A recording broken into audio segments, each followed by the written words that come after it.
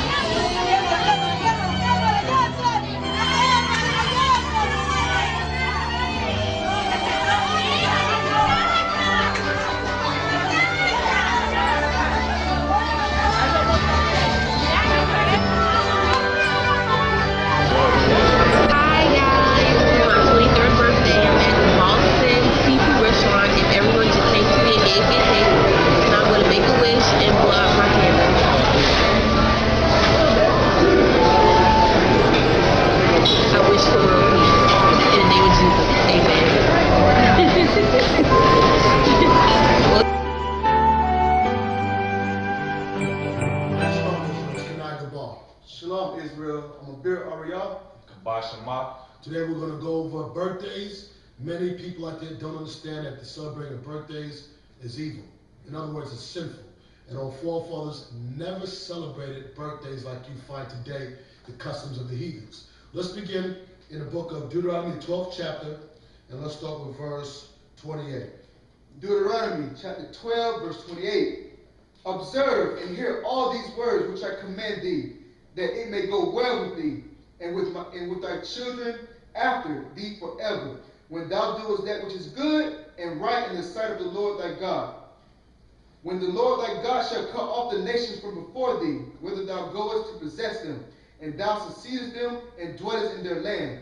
Take heed to thyself that thou be not snared by following them. Stop. So the Most High was giving Moses and the Israelites commandments. The Israelites are you so-called Negroes, so-called Hispanics, indigenous people of North, Central, and South America.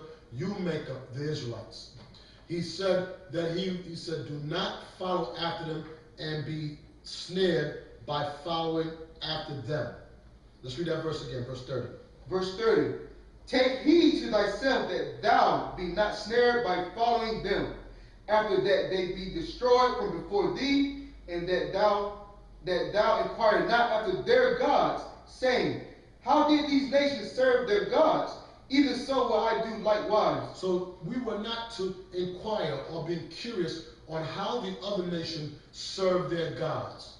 We were supposed to kill them out of the land of Canaan and do not inquire about their gods. Now we're going to see how this played into birthdays. Let's go to Psalms 106, and I want to begin in verse, give me 1 second. Psalms 106, verse 34. Psalm chapter 106, verse 34. They did not destroy the nations concerning whom the Lord commanded them. So we're going back, we're reading in Psalms explaining a little bit of what we read in Deuteronomy. When we got to the land of Canaan, we did not destroy the nations as God commanded us to do. Read on. But were mingled among the heathen and learned their works. We became curious on how they served their gods, and we learned their works, being mingled among the heathen. These heathen back then in the land of Canaan is what you know today as Africans. All right? They were the descendants of Ham. Read on. And they served their idols, which were a snare unto them. And it says, and they served their idols, which became a snare unto us. We got entrapped into serving their gods. Why did we serve their gods? Why did we not serve the Most High, the true and only God? Let's go to Proverbs 3. Explain why. Proverbs 3, and I want verse 31. Proverbs chapter 3, verse 31. Envy thou not the oppressor, and choose none of his ways. This is the reason why we serve their gods. because we envied the other nations. We envied our oppressors. We want to be like them. Like many of our people today, you want to be like the other nations. You want to be African, you're Afrocentric. You want to follow their customs. You want to follow their gods and have Nefertiti and these gods. Well, go ahead then. Because if you're African American, so-called, you're an Israelite. You're not African. Their gods, they worship the sun god Ra, the moon, the stars, the earth, crocodiles, beetles. If you follow the Hindu religion, they worship animals, cows. They have gods with 8 arms. We're not like them. We envied our oppressors, and we what? And we were not to choose none of their ways. So let's begin. Let's go to 1 Corinthians chapter 10. And when we finish these scriptures today, hopefully it'll be edifying to many of you that may not know that it's wrong to do to celebrate birthdays. Let's begin with 1 Corinthians chapter 10, and I want you to read verse 6. 1 I Corinthians. want you to read for me. This is 1 Corinthians chapter 10, verse 6 And 7. Now these things were our examples, to intend we should not lust after evil things, as they also lusted. Neither be ye idolaters, as were some of them, as it is written, the people sat down to eat and drink, and rose up to play. So Paul was writing to the church of Corinth, and he was explaining to them what happened back in the time of Moses. That we lusted after evil things, and we wanted to follow the ways of the other nations. What did we do? We went and built a god, Molech, and we began to worship him. And it says the people sat down to eat and drink and rose up to play. How does this tie in a birthday? The same premise. We sat down, we made eat and drink, they made offerings to their gods, and they rose up to play. They began to go into lewd and lascivious behavior. They began to revel and party and get drunk, like many of you do on birthdays. You see in the earlier clip in the beginning of this video how this guy was hanging in the toilet drunk. From what? From this reveling and this behavior that was promoted by what? Worshipping of other gods. All right? Let's jump on down to verse 20. 1 Corinthians chapter 10, verse 20. But I say that these things which the Gentiles sacrifice, they sacrifice to devils, and not to God. And I would not that ye should have fellowship with devils. Ye cannot drink the cup of the Lord and the cup of devils.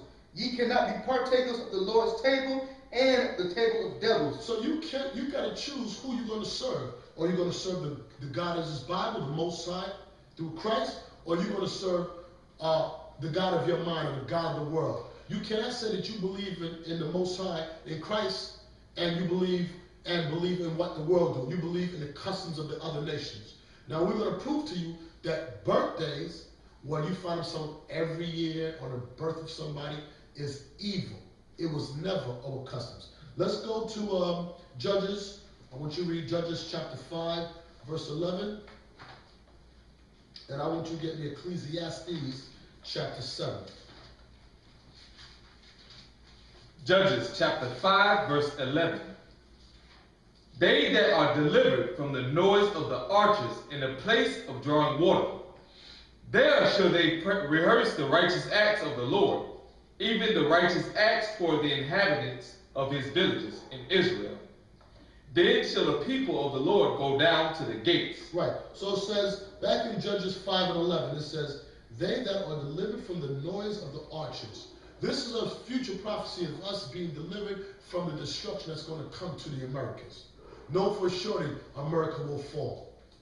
Know for surely will fall. Why? Because all nations fell, from the Romans to the Greeks to the Egyptians to the Persian and Medes to Babylon. They all had to fall because there's one kingdom that's going to reign, and that's the kingdom of Christ when he returns. So it says, they that are delivered from the noise of the archer, from the destruction, in the place of drawing water. Where's that place of drawing water? Here in the Americas. It says, there they shall rehearse the righteous acts of the Lord. So how do we know what are the righteous acts of the Lord? We have to go into the scriptures and find out what did old forefathers do? How did they worship the Most High? What did they celebrate? And we have to rehearse those things. Let's begin. Birthdays. I want you to read Ecclesiastes, and I want you to give me Deuteronomy 16. Give me Ecclesiastes 7 and 7. Ecclesiastes chapter 7, verse 7. Surely oppression maketh a wise man mad, and a gift destroyeth the heart. That's the last part I want. And a gift will destroy the mind. So notice with birthdays, you find, how do they generally draw people in with birthdays? They draw them with gifts. And many of these pagan holidays that you celebrate, like Halloween, which is witchcraft, they get the young kids in by what? Offering them candy. And then that young child likes that, because which child doesn't like candy? And they grow up and they begin to teach their children. Do not be deceived of Satan's devices. Like with Valentine's Day, is the worship of the god Cupid. You give gifts to your sweetheart. Like with Christmas, what do? It's pagan. It was a Babylonian custom that you could find recorded in Jeremiah the 10th chapter. They ply you with what? With gifts. Same thing with birthday. It says, read it again. Ecclesiastes chapter 7, verse 7. Surely oppression maketh a wise man mad, and a gift destroyeth the heart. And a gift will destroy your mind. It will corrupt you. Let's go to Deuteronomy chapter 16. And I want you to get for me Genesis 40. You got to read 16 verse 19. 16, 19? Yes. Deuteronomy chapter 16, verse 19. Thou should not rest judgment. Thou should not respect persons, neither take a gift. For a gift doeth blind the eyes of the wise, and pervert the words of the righteous. So it says, a gift will pervert the words of the righteous, and a gift doth blind the eyes of the wise. So that's what it says earlier, a gift destroyeth the heart. It begins to corrupt your mind. So how do they ply you in? They ply you in by giving you gifts. Let's see. Now we're going to go back and see the acts that were rehearsed. Was it the acts of our forefathers, or were the acts of the other nations that celebrated birthdays? Give me Genesis, the 40th chapter, and I'm going to explain it real quick. Genesis chapter 40, and I'm going to read verse 18. Read that for me. Genesis chapter 40, verse 18. And Joseph answered and said, this is the interpretation thereof. The 3 baskets are 3 days. Yet within 3 days shall Pharaoh lift up thy head from off thee, and shall hang thee on a tree.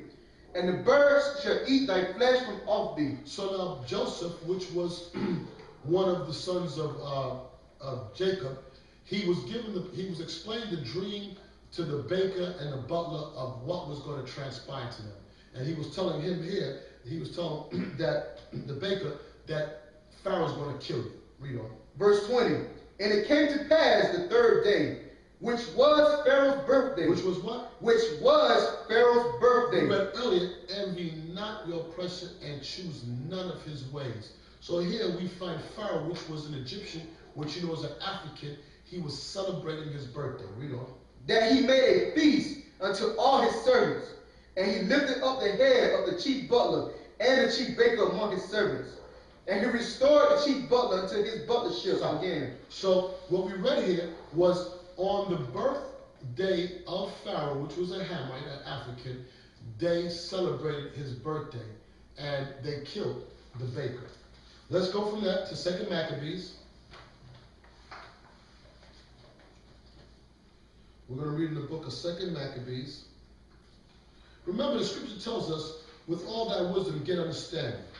We should be able to delve through the scriptures and see what is God's will for us. What are we supposed to do? And if we're doing something that does not fall in line with the Most High's purpose for us, we're to leave it alone. We're to let it go. So far we saw a Hamite keeping. Let's go to 1 Maccabees. I want you to read it there. I want chapter 6, verse 1 through 9. And then I want you to get for me Matthew. 2 Maccabees chapter 6, Verse 1. Not long after this, the king sent an old man of Athens to compel the Jews to depart from the laws of their fathers and not to live after the laws of God. Now this king was Antiochus. He was a Greek, which you know today as a Caucasian. The Bible calls them Edomites.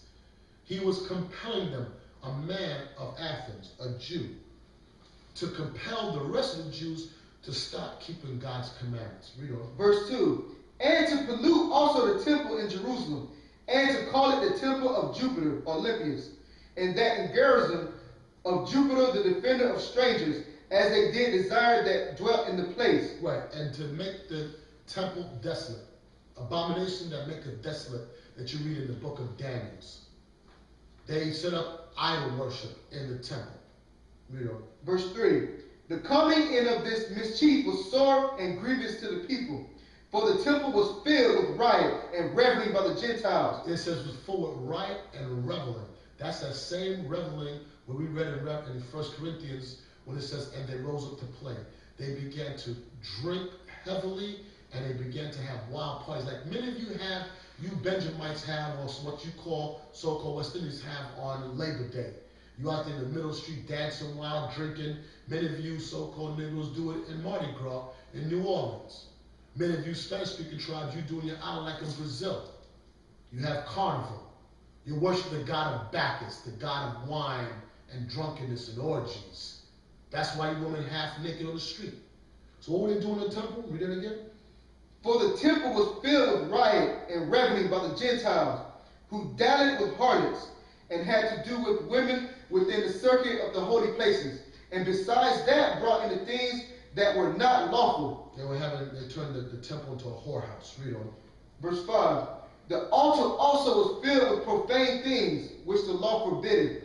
Neither was it lawful for a man to keep the Sabbath days, or ancient feasts, or to profess himself at all to be a Jew. So there was a time when we couldn't profess ourselves to be Jews.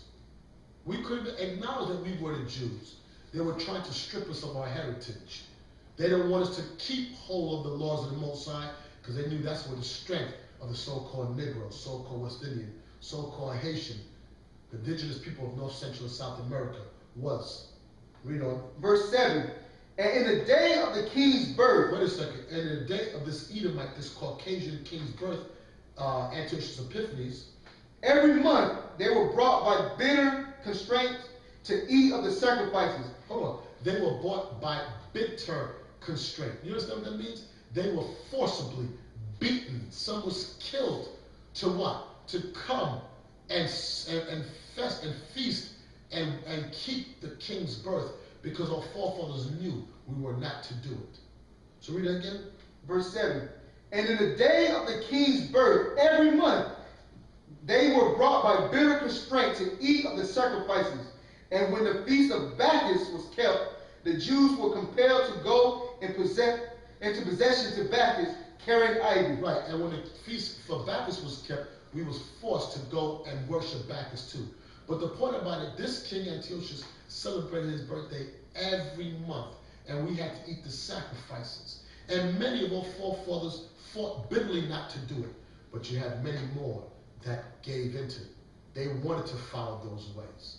So we're going to go from that. I want you to go. So far we got an Egyptian, a Hamite, celebrating birthdays. Then we just read it was a Greek, an Edomite, so-called white man, celebrating birthdays. Both of them, death was coming about. They were killing us. Now we're going to go to the New Testament. Let's go to Matthew chapter 14, and I want you to give me verse 6. Matthew chapter 14, verse 6. But when Herod's birthday was kept. Herod was an Idumean. He was an Edomite. Caucasian is what you call him today. And he was what you would know as a convert. He was where this Herod, and Herod and his people, they were the descendants of those Edomites that was forcibly made to keep the laws by our forefathers. That's where you get Jewish people from. They're not the real Jews. They took on our customs, and they became what you know today as Jewish. We're not Jewish. We are the Jews the Bible is talking about. So read again. But when Herod's birthday was kept, the daughter of Herodias danced before them and pleased Herod, whereupon he promised with an oath to give her whatsoever she would ask. And she, being before instructed of her mother, said, Give me here John the Baptist's head in a charger. And the king was sorry, nevertheless, for the oath's sake, and them which sat with him at meat, he commanded to be given to her. And he sent and beheaded John in the prison. So here we go. John the Baptist, an Israelite. He was put to death on the king's birth. So we look. Here we go. We have a Hamite that was put to death. That put people to death. Then we had a Greek that put people to death. Now we have an Idum, which is another Edomite, putting somebody to death. When are we going to wake up? It's high time. So I'm going to read something to you real quick. I'm going to go to the Strong's Concordance, and I'm going to read in the War of the Jews. All right, this is book 7, chapter 3, verse 1. I'm going to read this. It says, while Titus was in Caesarea, Titus and Vespasian, these were Romans, Edomites, Caucasians. It says when he was in Caesarea, which was on the coast of the land of Israel, he solemnized the birth of his brother Domitian. He made it a celebration and made it that everybody had to keep it for the birth of his brother Domitian, his birthday. I read it again. While Titus was in Caesarea, he solemnized the birthday of his brother Domitian after the splendid manner, and inflicted a great deal of punishment intended for the Jews in honor of him. For the number of those that were now slain in fighting with beasts and were burnt and fought one with another exceeded 2,500. So on his brother's birth, what did they do? They killed us. They made us fight in their arenas as gladiators, fight against beasts, fight against each other. And all this was to what? To celebrate the birth of his brother. This was an Edomite that was doing this. All right? It says, I'll read this now. After this, Caesar came to Berytus, which is a city in Phoenicia, and the Roman colony, and stayed there a longer time, and exhibited a still more pompous solemnity about his father's birthday, both in magnificence of show and in other vast expenses he was in his device thereunto belonging.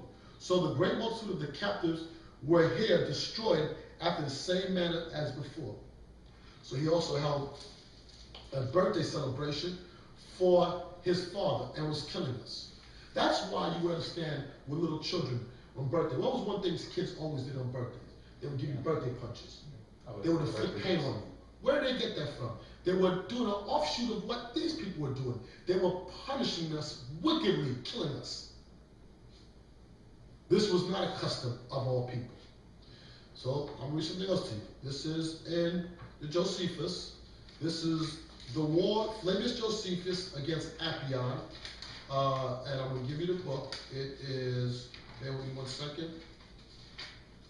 It is book 2, and it is, I guess, verse 5, chapter 25. It says, nay, indeed, the Lord does not permit us to make festivals at the birth of our children, and thereby afford occasion of drinking to excess, but it ordains that the very beginning of our education should be immediately directed to sobriety. Sobriety means a clear mind in these laws. It says, it also commands us to bring those children up in the learning and to exercise them in the law and make them acquainted with the acts of their predecessors. We are supposed to make our kids acquainted with the acts of our predecessors, our forefathers. So where do we find out where's? Search the scriptures. It says we're supposed to rehearse that righteous acts. So we're going to read where? Leviticus, the 23rd chapter, what our forefathers did. The Feast of Nicanor, the Feast, the Day of Atonement, the rededication of the altar. We're going to do these days. We're not going to do Christmas, Easter, Halloween, birthdays, Mother's Day, Father's Day, Arbor Day, Labor Day. We're supposed to make our children acquainted with the acts of our predecessors. It says, in order to their imitation of them, and have them imitate the works that our forefathers did. Our forefathers didn't celebrate birthdays. Those were Greeks and Romans and Italians and Egyptians, the other nations, the heathens. It says, and that they may be nourished up in the laws from their infancy, and might neither transgress them, nor yet have any pretense for their ignorance of them. Nor can our children say they didn't know, they had ignorance of it. Why? Because we raised them, we commanded them to be raised up in the laws, and we taught them the acts of our predecessors. So let's go from that. Let's see what happens if we didn't decide to do that, and we decided to do different and follow the ways of the nations. What would be the fruits of that? Let's go to the book of Job. Kabash, I want you to read. I want you to read Job chapter 1, and I want you to read verses 1 through 5. Job chapter 1, verse 1. There was a man in the land of Uz, whose name was Job, and that man was perfect, upright, one that feared God and eschewed evil. Right. Job loved the Most High. He hated evil. Job 1 verse 4. Verse 4. And his sons went and feasted in their houses, every one in his day. Now Job's sons, they all went to feast in their houses, feast everyone in his day. Read on. And sent and called their 3 sisters to eat and drink with them. Right. Read on. And it was so, when the days of their feasting were gone about, that Job sent and sanctified them, and rose up early in the morning, and offered burnt offerings according to the number of them all. So now, if they all just was having a meal or whatever, why would Job raise up in the morning and sanctify them? Meaning what? Set up an offering, a sin offering for them. What was it talking about? Everyone feasted in his day. Let's read on. For Job said, it may be that my sons have sinned and cursed God in their hearts. Thus did Job continually. So Job continued to this because he said, my children were wicked as hell. It says they all feasted in everyone in his day. What is his day? His day of birth. How do we know that? Let's go to Job chapter 3, and I want you to read verse 1 a bit. Job chapter 3 verse 1. After this, opened Job his mouth and cursed his day. And Job spake and said, let the day perish wherein I was born. What day? The day he was born. He cursed his day. So what was his sons doing? They were all feasting in the day of their birth, and they invited their sisters, and they ate and drank. They set up offerings to the other gods. Like many of you don't realize that's what you're doing. When you get that birthday cake, and we're going to get to it, that cake, when you have those drinks, and many of you have birthday parties for your children, you have a daggone party there in the morning, but in the afternoon you all got that Hennessy going, and you all tell the kids go to the room, and you all grinding up, getting drunk. How many kids' birthday party you see kids getting killed at these parties? The Most High is dealing with them. Most High is judging them. So we have an example of forefathers that kept the birthdays. And what happened? All of Job's children were put to death. Why? They were envying their oppressors, and they were mingling with the customs of the heathen. Let's go from that to the book of Hosea, chapter 7.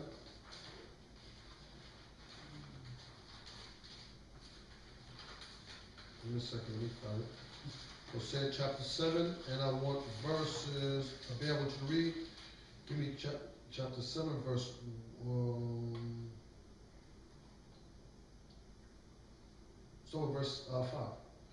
Hosea chapter 7 verse 5. In the day of our king was... In the day of our king, this is what it's talking about, read on. The princes have made him sick with bottles of wine. In what day? In the day of his birth, his birthday. The princes got him drunk. So what do more people do on birthday? Yo, come on, we're going to get you some liquor. Let's get drunk. Let's get some drinks. I don't know, it's your birthday. You don't buy nothing here. Another drink, another shot. We was doing it here. Read it again. Verse 5. In the day of our king, the princes the princes have made him sit with bottles of wine. He stretched out his hand with scorners. For they have made ready their heart like an oven. While they lie in wait, their baker sleepeth all the night. In the morning it burns as a flaming fire. He was saying like a little leaven the whole lump. He stretched his hand out with scorners. Those that scorn against God, he dealt with them. And they said, come on, kid, here's some more. Drink. It's your birthday. Don't worry about it. They drink. I'm telling you something. You ought to search your scriptures. Search them for in them. You think you have eternal life. You better understand that these customs were never named amongst us. These were the other nations. All right, let's go from that.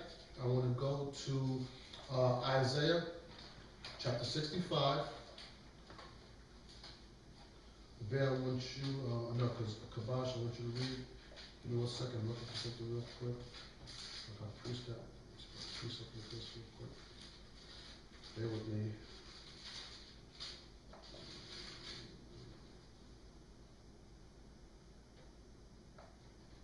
Okay, good. Give me Isaiah chapter 65, and I want you to read verse 11. Isaiah chapter 65, verse 11.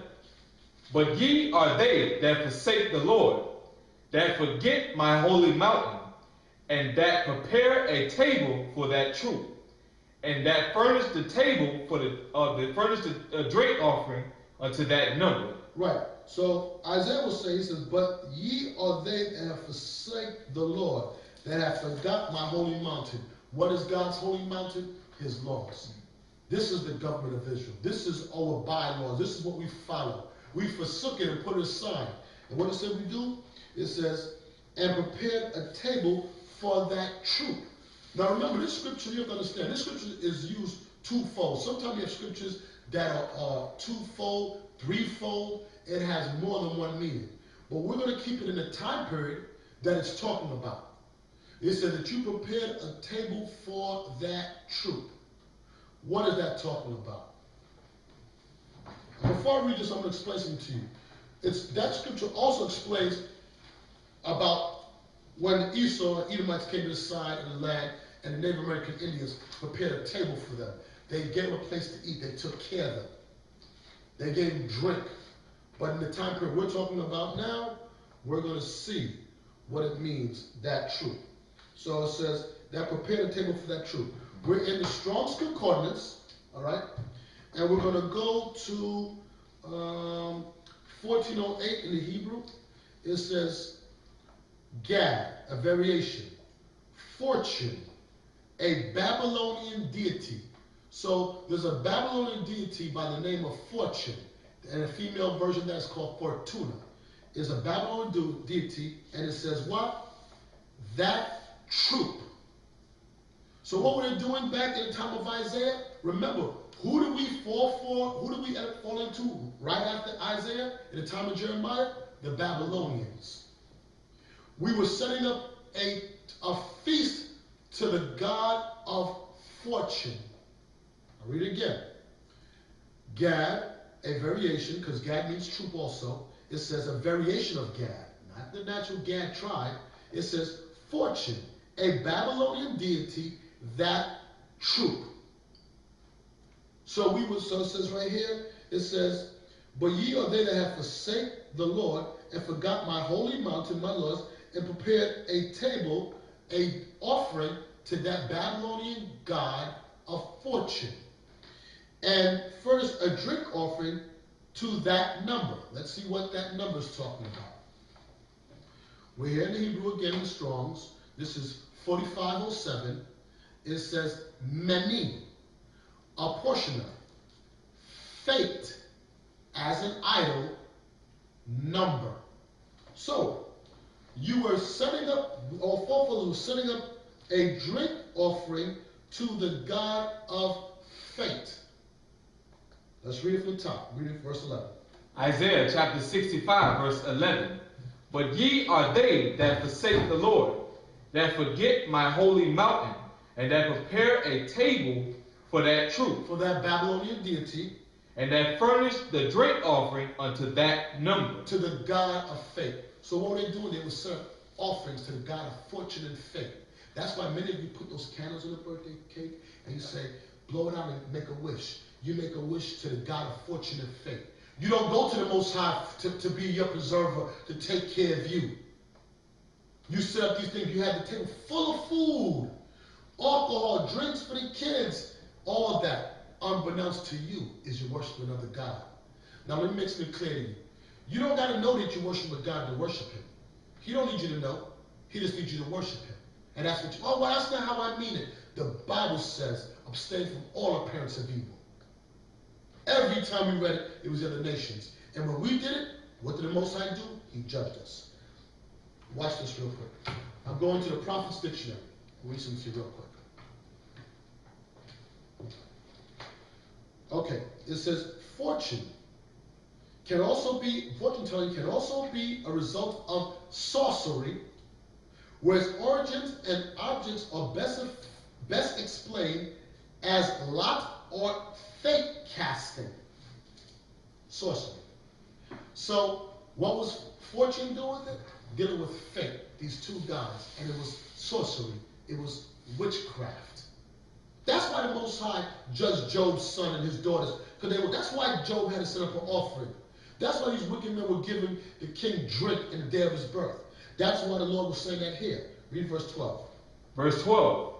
Therefore will I number you to the sword. What? Therefore will I number you to the sword. Ye shall all bow down to the slaughter, because when I called, ye did not answer, and when I spake, ye did not hear. That better not be you, because right now the Lord is calling you. The prophets of the Lord are telling you right now, you better leave it alone, and you better answer. And if you say it don't matter, then you're rebellious. And I know I'm speaking to Israelites right now. I pray that this is you're receiving this and getting understanding. Christians, you first got to understand you got to keep the commandments. Because for some reason, you all think you're absolved of God's laws. Read on. But did evil before mine eyes, and did choose that where I delighted not. You choose the ways of your oppressor. You choose the ways of the other nations. You learn their ways when he commands us not to do those things. Let's go from that. I want 1 Thessalonians 5:22. I want you to read that for me, Kabash. I want you to get for me Psalm 64.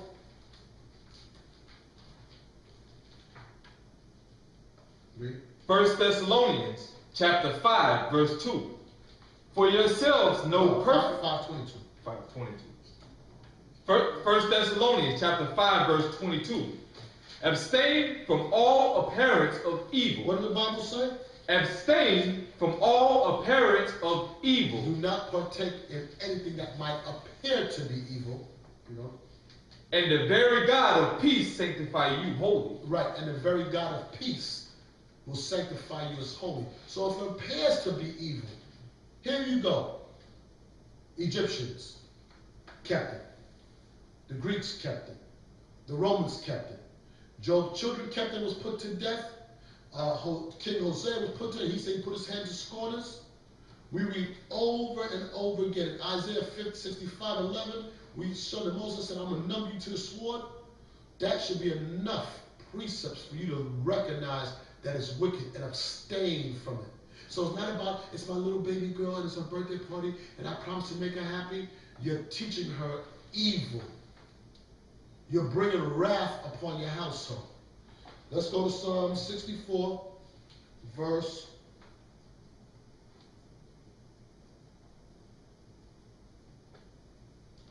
1 and jump on down to verse 5. Psalm chapter 64, verse 1. Hear, I'm sorry, give me Ephesians 6. Go. Psalm chapter 64, verse 1. Hear my voice, O God, in my prayer. Preserve my life from fear of the enemy. It says, preserve my life from the fear of the enemy. Jump on down. Verse 5. They encourage themselves in an evil manner. It says they encourage themselves in an evil manner. Read on. They commune of laying snares privily. They commune of laying snares secretly. That's what through this whole earth right now is in disarray. It's in disorder.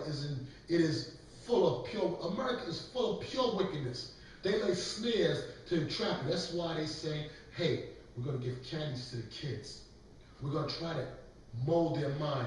Understand the mind that has worked. these nations to keep God's children, which are you so-called Negroes, Hispanic, and Native American Indians, separated from God's laws. Read that verse again. Verse 5. They encourage themselves in an evil manner. They commune of laying snares privily. They say, who shall see them? They search. And they say they commune privily. It says that they commune and lay snares privily. All the other nations, the so-called white man, East Indian, Chinese, Japanese, African man, they all have conspired against God's children. And the reason why is because the Most High didn't choose all nations. And they found ways to keep us separated from our gods through unlawful foods to eat, through worshiping of all these pagan days. Man, even to the basest Christian mind, you should understand that Halloween is witchcraft. Even to the most simplest minds in Christianity should understand that Christmas is not the birth of Christ. And the book of Jeremiah tells you that it's evil. Even to the basis of all minds, you should see the examples of birthdays and see that it was evil. If you continue on, it's because the gospel is hid from you and your rebellious spirit. Read that verse again. Verse 6. Verse 6. They search out iniquities. They accomplish a diligent search. So don't think these other nations are stupid. The intellect, the blue bloods of all these other nations, they know who God's children are. They're not deceived. They know who we are. And they know what their plan is to keep us like this in this dumb state of mind. Because they know once we return to God's laws through his son Jesus the Christ, that they cannot stop us. We're going to come back together as one nation. And Christ is going to redeem his children. Read on. Both the inward thought of every one of them and the heart is deep. And their mind is deep, full of deceit, full of tricks. Go from that to Ephesians 6, verse 11. I want you to give me Psalms. There where you at. Give me Psalms 119. Ephesians chapter 6, verse 11. Put on the whole armor of God, that ye may be able to stand against the wiles of the devil. Well, this is put on all the whole armor of God, meaning put on all these commandments. Because if you don't, you leave yourself vulnerable to fall to the wiles, the tricks of the devil. He lay privily to keep you in breaking God's commandments. So you have to put on the commandments. You got to see it and say, God, I want me to do it. I'm going to let it go. So I have sisters saying, well, God's not going to kill me if I eat a little pork. Come on, listen. That's not how God is, please. God, girls and sisters will say, God's not going to kill me. You going to tell me God's going to kill me if I wear pants? Yes, sister, if you wear pants, God's going to kill you. Brothers will say, well, brother, you can't shop on the Sabbath. Brother, you're being over-righteous. All right, then if you say I'm being over-righteous, we'll see what the judgment. Because God's law said don't do it. Put on all God's commandments that you can clearly discern between God's word. Read on. For we rest not against flesh and blood, but against principalities, against powers, against the rulers of darkness of this world, against spiritual wickedness in high places. Wherefore take unto you the whole armor of God, that ye may be able to withstand in the evil day, and have done all to stand. Right. So it's to take on all God's commandments. So if you find a commandment of God that for some reason you don't want to keep, you leave a provision in your flesh to fulfill the lust thereof and destroy yourself. Don't let birthdays be one of those things that you just can't get over because it's my mama's birthday and I love my mama and I gotta be there. I gotta bring her cake. Let's go real quick. I want to go. What I have? Home Psalm 119.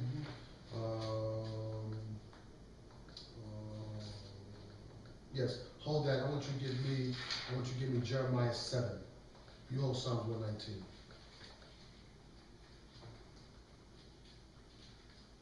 Jeremiah chapter 7, I want verse 15. Jeremiah chapter 7, verse 15. I will cast you out of my sight, as I have cast out all of your brethren, even the whole seed of Ephraim. Therefore, pray not thou for this people, neither lift up thy cry for prayer for them, neither make intercession to me, for I will not hear thee.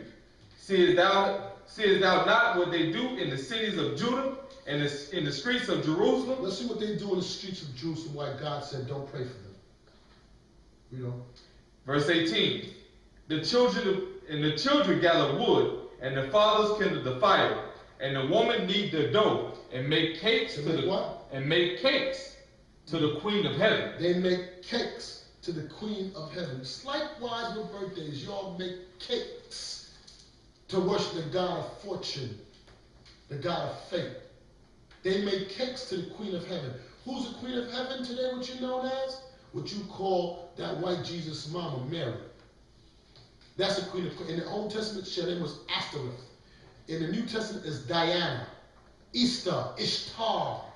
That many of you follow. Easter, the day you celebrate with the eggs and that foolishness. The goddess of fertility. So they were doing from back then. They make cakes to the Queen of Heaven. And to pour out drink offerings. And they pour out drink offerings like you do. You make meat and drink offerings to these other gods. Unto other gods, that they may provoke me to anger. And then you provoke the Most High to anger. But for us, we won't do so. Let's go back to Psalms 119, verse 125 through 128. Psalms 119. I had them read it for me. Psalm chapter 119, verse 125. I am thy servant. Give me understanding that I may know thy testimonies. He said, Lord, we're your servant. Give us understanding that we might know your testimonies, your laws. Make clear to us what your will is. Read on. It is time for thee, Lord, to work, for they have made void thy law. There's Lord, there's going to come a time when you have to work and work, because many of our people, they make void God's laws like it's insignificant. Read on. Therefore, I love thy commandments above gold, yea, above fine gold. Meaning there's nothing more important to us than God's commandments. Whatever God say to do, we're going to do. Read on.